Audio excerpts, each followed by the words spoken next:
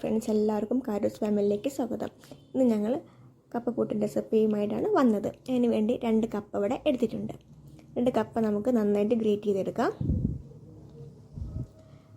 നന്നായി ഗ്രേറ്റ് ചെയ്തെടുത്തതിന് ശേഷം അതിൻ്റെ ചാറ് നമുക്ക് പിഴിഞ്ഞ് കളയാം. കാരണം ചാറ് നമുക്ക് ആവശ്യമില്ല. ചാറ് പിഴിഞ്ഞ് നമുക്ക് കപ്പ മാറ്റി വെക്കാം. എന്നിട്ട് നമുക്ക് 1.5 കപ്പ് അരിപ്പൊടി എടുക്കാവുന്നതാണ്.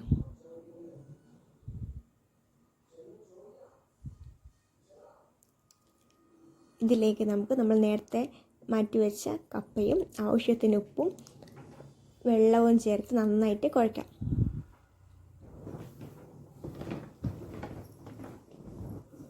എന്നിട്ട് നമുക്ക് പുട്ടുകുറ്റിയിലേക്ക് ഇത് മാറ്റാം.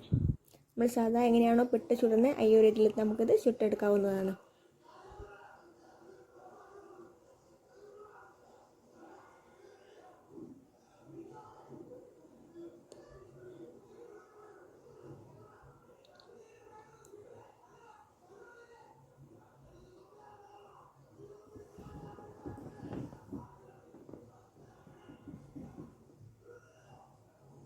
ഒരു 10 മിനിറ്റ് വന്നതിന് ശേഷം നന്നായിട്ട് ആവി വന്നിട്ടുണ്ടാകും. നന്നായിട്ട് ആവി വന്നതിന് ശേഷം നമുക്കിത് എടുത്ത് സെർവ് ചെയ്യാവുന്നതാണ്.